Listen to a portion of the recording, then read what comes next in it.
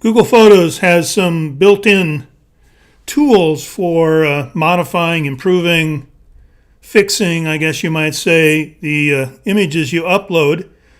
So this is a demonstration of some of those capabilities. I have here 3 images I think I can improve.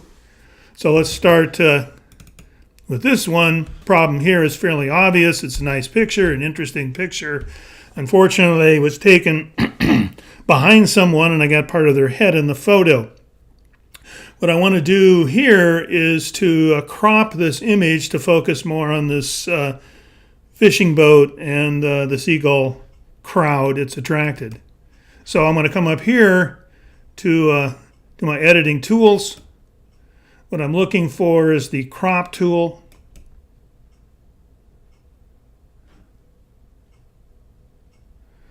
It's taking a second here to load my image.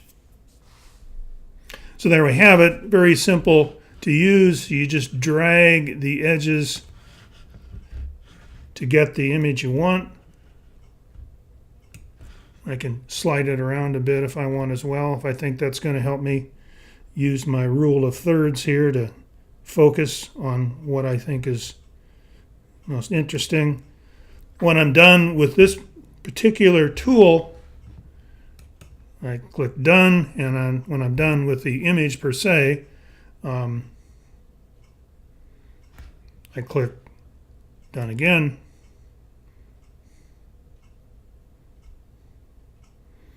And it's now resaving the image.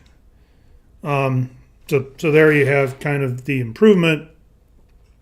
The nice thing about Google Photos, or a nice thing about Google Photos, is the original is still there, so I can always get back if I want to my original photo and start over if I think that's necessary. All right.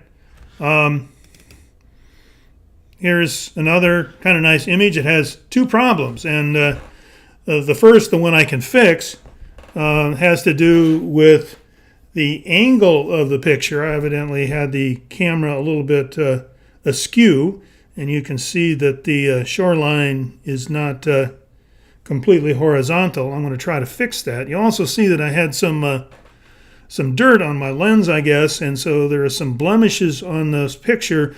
This is something I can't fix. I can't fix here, to be clear.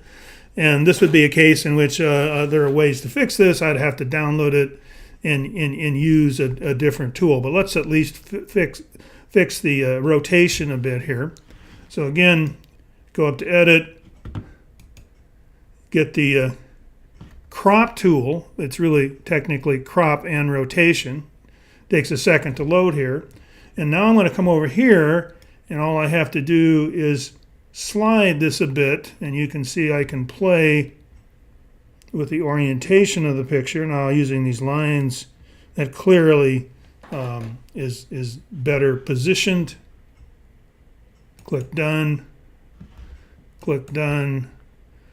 and that photo has been adjusted. Now, a lot of times what you're interested in doing with your photos is to kind of adjust the white balance, the color, saturation. Maybe, you know, the thing is, you take something with your camera, you look in the little viewer, you can't quite tell what quality the image is, and you discover later that it may be a nice picture, but it's not quite right. It's too bright, overly saturated, something is wrong. And again, there are ways to play afterwards, after the fact, with some of these characteristics. It's a little more hard to do, but the nice thing about it is you can just experiment. And what I'm going to do here are these. I can automatically make some adjustments, and that's, again, easy enough to do, and you know, a student, a learner of any age can make such adjustments. But you can also manipulate these sliders and just can show you here. Now that looks, actually to me anyway, much better. So either use the automatic adjustments and see what the intelligence of the system thinks is an improvement, or experiment with these sliders and see what you can do to improve the image. Again, just click done, and your adjustments are finalized. But again, to repeat, the original is still there and you do have access to it. So some built-in free tools for making improvements. And of course, this is one of the things we propose in the book. You need to learn ways to make adjustments after the fact to suit your images to the purposes and the quality that you desire.